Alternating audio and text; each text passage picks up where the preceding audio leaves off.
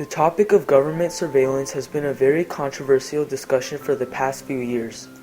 The advancements of the smartphone and the internet have helped the NSA easily collect billions of megabytes of data within seconds, which once took days and even months to acquire.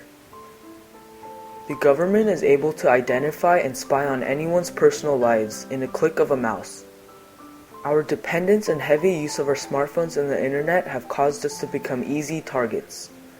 Over 125 billion phone calls are monitored in 1 month, and over 1 billion text messages are collected by the NSA every day. Although President Obama and some officers support government surveillance actions, I, along with the other Americans, disapprove of this unconstitutional action. The officials claim that the data collected will be kept private and that they only collect this data for government purposes. Some members even mention that only a small amount of personal info is collected and most of it is not inspected, but there is no evidence to support their claims. Quoting from one of President Obama's speech, he states that, "In terms of our bulk collection of signals intelligence, U.S. intelligence agencies will only use such data to meet specific security requirements.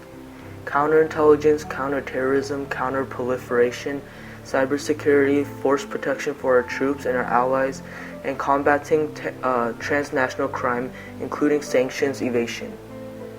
And that the bottom line is that people around the world, regardless of their nationality, should know that the U.S. is not spying on ordinary people who don't threaten our national security, and that we take their privacy concerns into account in our policies and procedures.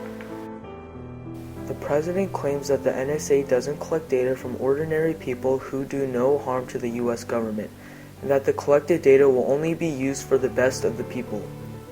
But in recent articles, it shows how the U.S. government have been working closely with larger companies to share data and information about the consumers. Lastly, government surveillance should not be supported because of the lack of freedom and privacy that everyone deserves. Can we really trust them to safely keep our personal information?